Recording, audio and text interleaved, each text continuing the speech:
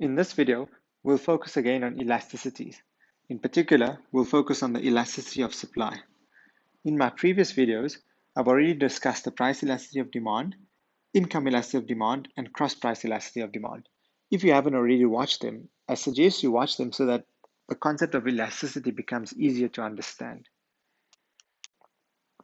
Price elasticity of supply is very similar to the price elasticity of demand. Here we have the two formulas, the price elasticity of demand formula and the price elasticity of supply. The only difference between the two of them is what's written on the numerator.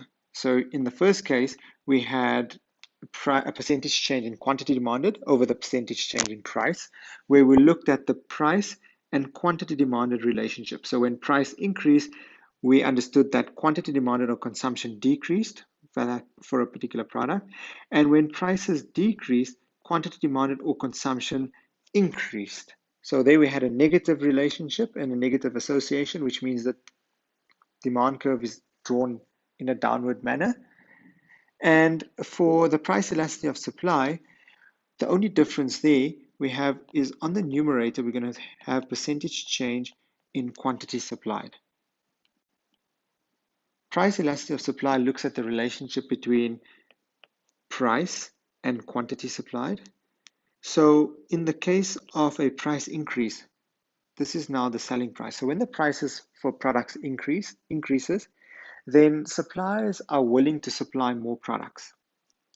And when the price decreases, then suppliers are willing to supply less products because obviously they'll receive less profit. Therefore, the relationship between price and quantity supplied is that of a positive nature. And as we can see in the graphs below, we have a positively sloped supply curve, meaning that when price increases, quantity supplied increases, or when price decreases, quantity supplied also decreases. The difference between the price elasticity of demand case and the price elasticity of supply case is that in the price elasticity of demand case, we normally put ourselves in the shoes of a consumer, where we are sensitive to a price increase or a price decrease, depending on what type of product we are dealing with. In the case of price elasticity of supply, we need to put ourselves in the shoes of a supplier. This means that, let's say, for example, the price increases for a particular product. How quickly or how sensitive are we to the price increase? Will we get more products to market, or will we be not so sensitive to the price change, meaning that even if the price increases, do we supply more to market or can we supply more to market? And this now becomes the difference between the price elasticity of demand and the price elasticity of supply. Okay, so we have 5 elasticity cases below. We have the perfectly inelastic case all the way to the perfectly elastic case, just as we had in the price elasticity of demand. How I want you to understand these 5 cases is, let's say, for example, we have our unitary elastic case here, anything to the left-hand side. So that is your perfectly inelastic case and relatively inelastic case, which must represent a supplier, let's say, of electricity. So here, the electricity supplier is producing at maximum or capacity. When the price of that product or the price of electricity goes up, how sensitive is this electricity supplier to the change in price? So let's say, for example, here, his quantity supply of electricity will only increase by a little bit because he's already supplying at capacity. So here, the quantity supplied is not very responsive or sensitive to a price change. And to the right hand side, the two cases where we have relatively elastic case and the perfectly elastic case, we can think of a supplier of products in, let's say, he manufactures t-shirts. Now, let's say, for example, for some odd reason, there's a big demand for t-shirts, so the price increases. So people are willing to pay a higher price for that product. Will the supply of t-shirts or the manufacturer of t-shirts increase the supply quickly? Well, of course he will, because he can make a higher profit. So when the price increases for the t-shirts, that means quantity supplied will increase a lot. Therefore, we can say on the left-hand side that suppliers are insensitive to a price change, whereas on the right-hand side, we have suppliers that are very sensitive to a price change. Now that we understand that, let's move on to the calculations. So again, we have our price elasticity of supply formula, which is listed here on the top.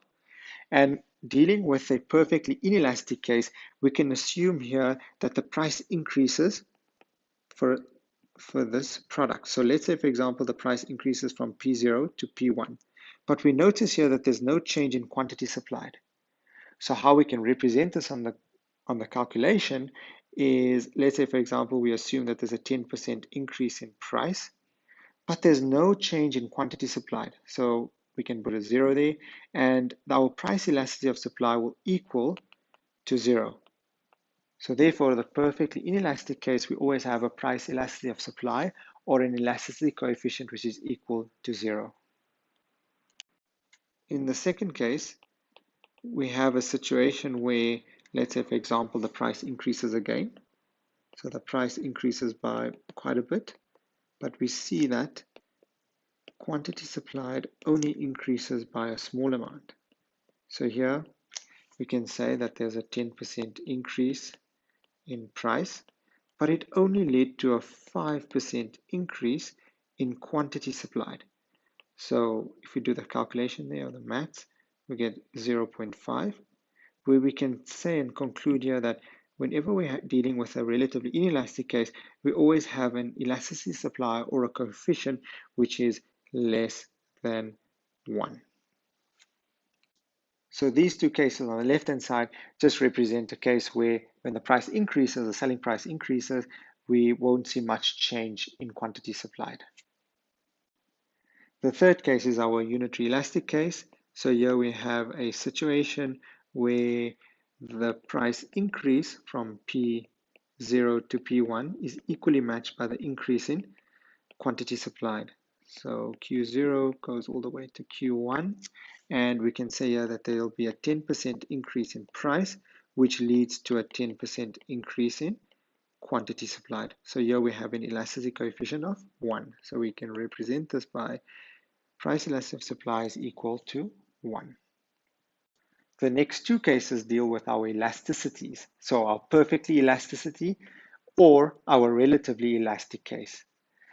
So here we assume that when the price increases by a little bit, we will see a big reaction in the quantity supplied. So if you look there, we have a price increase from P0 to P1, but this results in a much bigger increase in quantity supplied.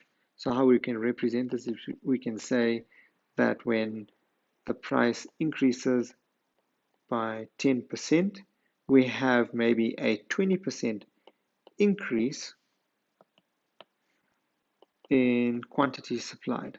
So increase in quantity supplied, and if we put this into our calculator, we'll get an elasticity coefficient equal to 2. So here we can say that our price elasticity of supply is always greater than 1 when we're dealing with a relatively elastic case. In the last case, we have a situation where the price will remain the same. So let's say, for example, we have price elasticity of supply.